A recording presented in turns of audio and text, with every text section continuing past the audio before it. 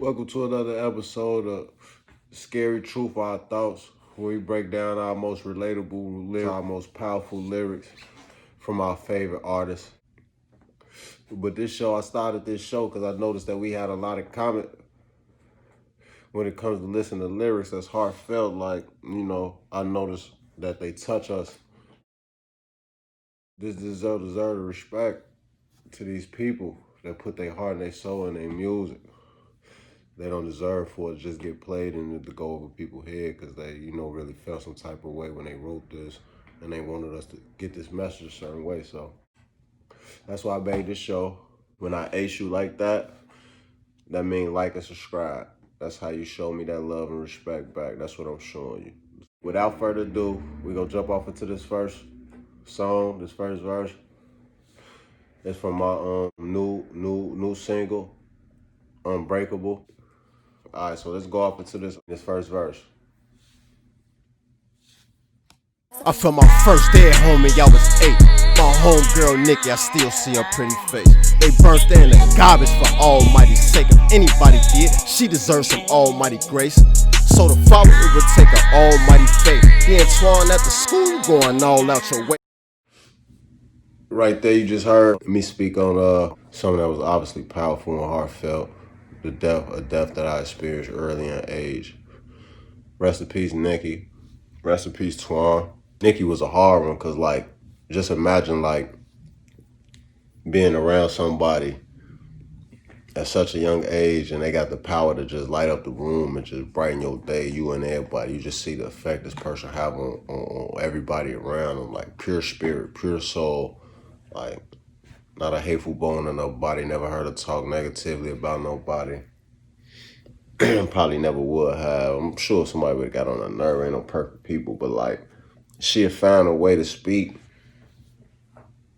on them people in my mind, in a way where she forgive them or she excuse them for the way they making her feel.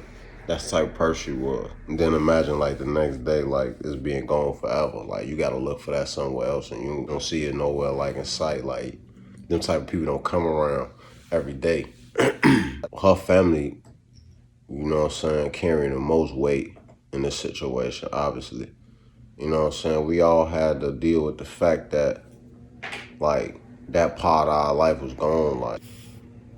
But man, you just at a young age, I can't really comprehend this hurt. I can't really comprehend this change in dynamics. Dead Swad, coming out to high school, this was somebody that I used to hoop with in the alley on the crate because we was too poor for basketball rims. He was one of the first examples of men that I had in my neighborhood, even though he was a young man, but it was somebody I looked up to. He was cool, solid dude, and they killed him coming out of school.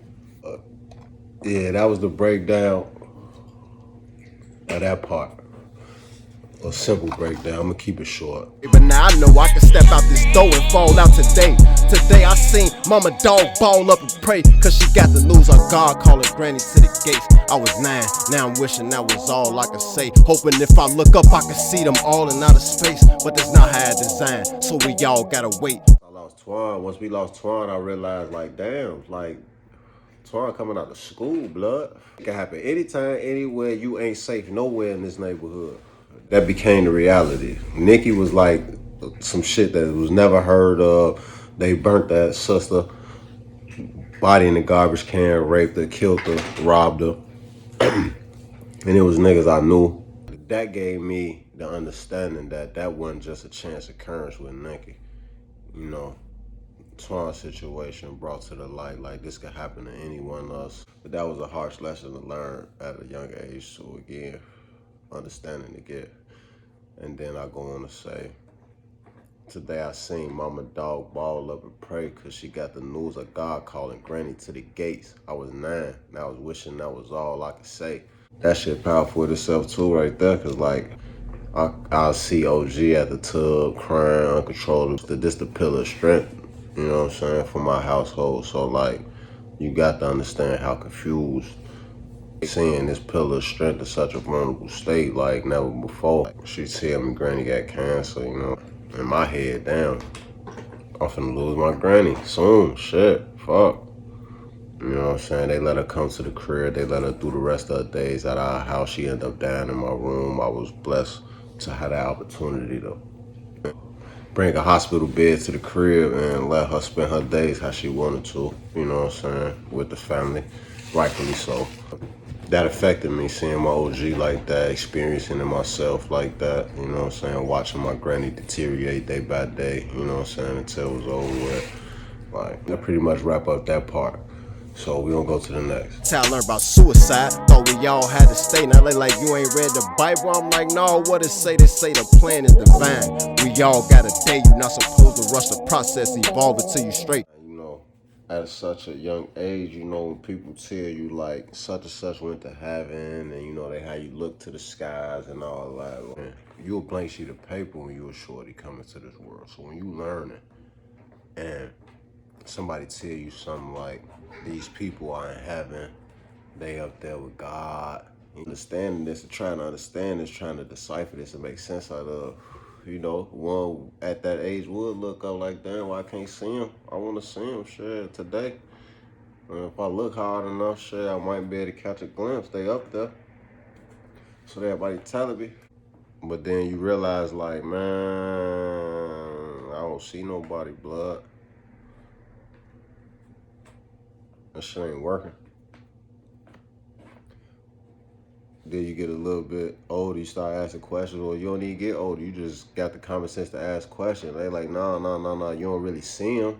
They up there though. You gonna see them when it's your turn. When God call you up there, that's when you gonna reunite with everybody. So it's like, damn, all right, I gotta wait till it's my time. All right, bet. You get that first experience with suicide. Friend of your school, family member commit suicide, they crying and shit. What's going on? Suicide, what's that? Oh, you can check out. You can choose when you check out. Now you go ask them type of questions. Why nobody told me you could choose to go up there with Granny and them, Nikki Twan, go kick it with them? Why nobody told me that? And then that's when religion come into play. They like, no. Don't nobody religious say do that. Not that we know of. That shit taboo. Ain't no such thing. God say you gotta be here until that day. You just gotta withstand all this shit.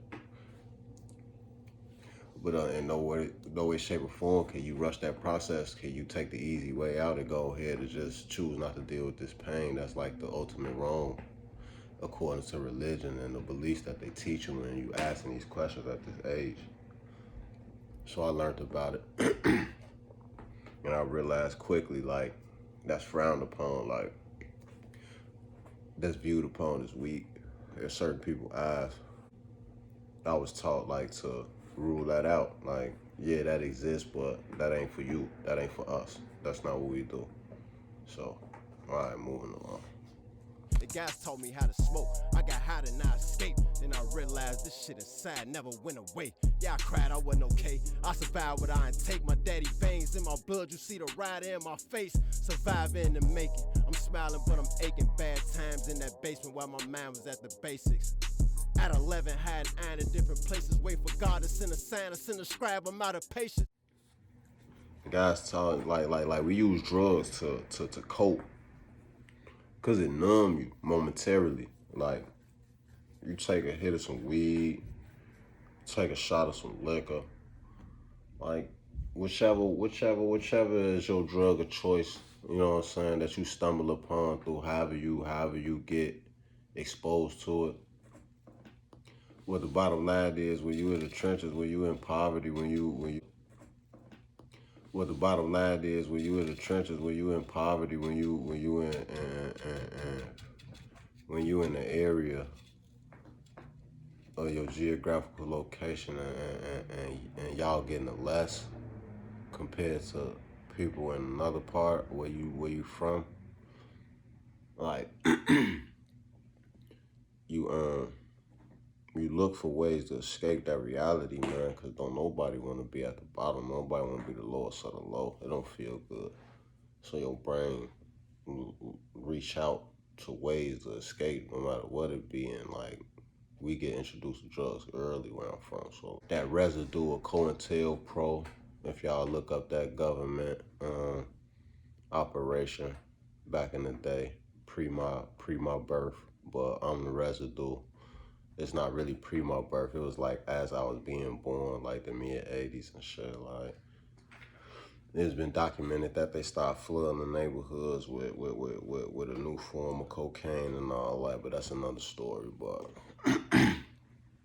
I was born in that residue era, and so there was a lot of drugs around, like early, easy accessible. You get high with your homies. Your homies give you a blunt or whatever the case, or your girl or whoever introduce you to this. You feel that feeling, and momentarily, like all that shit gone. Like you don't feel shit, you just feel good, and then that shit leave, and then you like, I need to get high again, blood. Oh shit. Life back. Life back, blood. I ain't in the cloud no more. I gotta get back up. And shit, that's how that start. That's how that shit go. And then you realize, like, nah, I'm still here, blood. That shit still hurt. I still think about them people. So now you gotta try and find another way. If you got another way, if you don't, you just dive heavy into heavier into drug use. So you don't never have to feel shit. And that was the breakdown, pretty much that one. Young and tired of pacing, trying to find a path we're taking.